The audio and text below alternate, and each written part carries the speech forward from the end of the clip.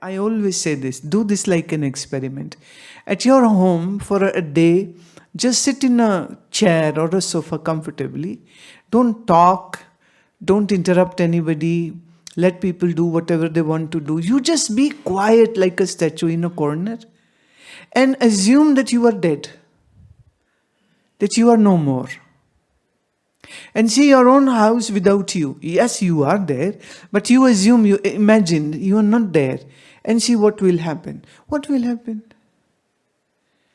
Everything will happen as usual, as it happens every day. Meaning, some member of family will go and make tea and make breakfast, and people will eat. Children will go to school. The older ones will go to college. Men will go to their offices. The ladies might be also going to the offices. And the help will come to clean up the house, to do the dishes. The vegetable vendor will come. He's giving a call. It's very interesting. See, over here in Ashram, it's so quiet. We don't have any street or market or bazaar. So once in a while when I go to, cities and I'm like in the room, and it's like in a colony, the house is in a colony or somewhere. And then the vendors are, Alu lelo. So I really enjoy that. I said, what's that? And then the bell is ringing. I said, why is this bell ringing? So the ice cream person has come. Okay. Then another very loud sound is music is being. What's that? I said, now the garbage collector, the municipality trucks or vehicles have come to collect. And I said, what a musical collection of garbage is happening. And they play loud music. And they are giving a call, and sometimes they are playing patriotic songs and whatnot. And I said, you people have quite a drama in your dwelling places. Ours is like birds, right? Few birds chirping here and there. Maybe my dog's barking and somewhere some machinery is happening. Maybe people are talking. Otherwise, it's totally silent. And I love it and enjoy that. So you sit in a corner of your house and this whole drama will go on. Nothing is stopping because you are dead. Nothing. Lunches and dinners will be cooked, teas will be made, people will be... Yeah, of course, they might be a little sad and sobbing and crying a bit. But then after a few days, everybody is back to normal. So whenever it's a holiday, make it a really holy day. Be quiet, be in silence, sit in a corner. And be a mute spectator to this whole tamasha, the drama. It won't matter at all. Maybe this will give you a shock, a realization. Don't feel so important that without you nothing will happen. Everything will happen. Actually, I remember I met a woman who said, who just lost her husband, and she was sad, and she told me how the death happened. He was sick in hospital and this and that.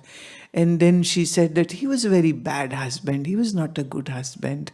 He was not a good father also. He was okay father also. So she started cribbing all about him. And then she said the only good thing what he did was he bought an insurance. So after his death now I have good money. That's the only thing what happened. I said, may God bless this person who has died. That his family is happy that he is dead. Nobody is mourning. And I know that man, when he was alive, he always thought, I am the one who is running this house. Without me, they will just crumble.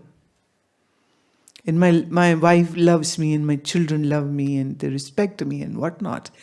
And he couldn't see this. The reality was so different from what he assumed. And that's true for everyone. We think without us nothing will be right.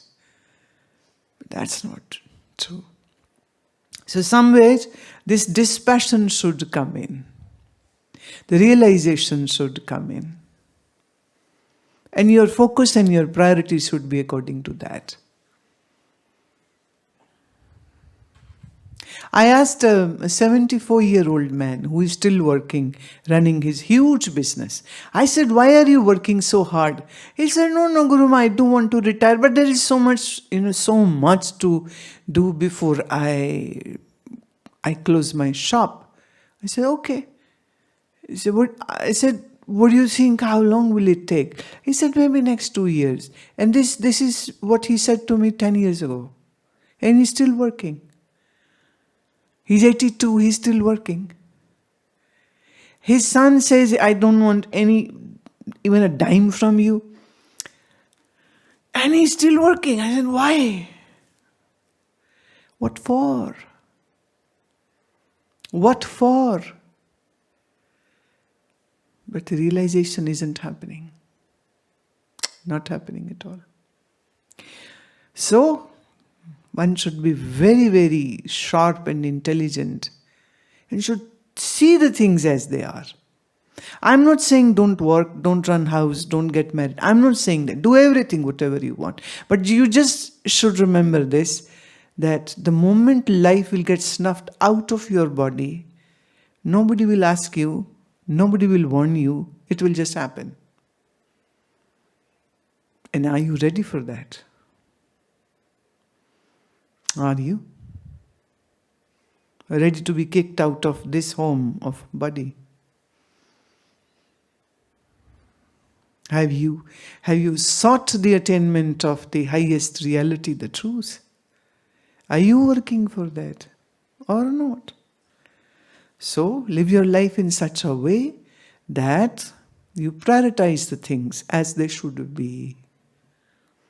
Of course, work, job, do everything.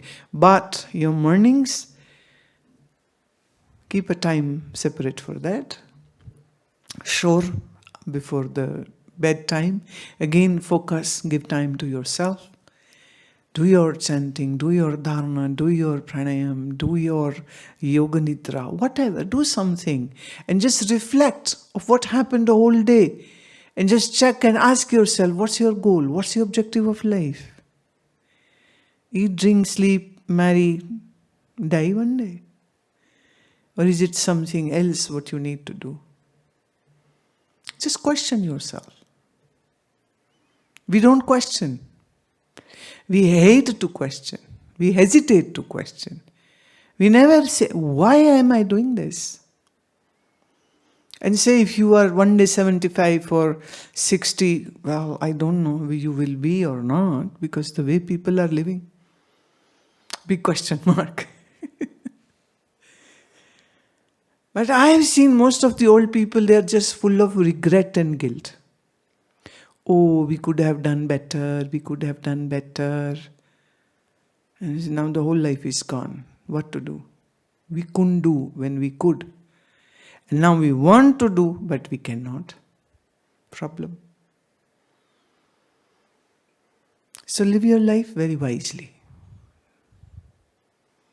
Life is a blessing, no doubt about that. But are you in a right frame of mind to keep this blessing as a blessing, or you will turn it into a curse?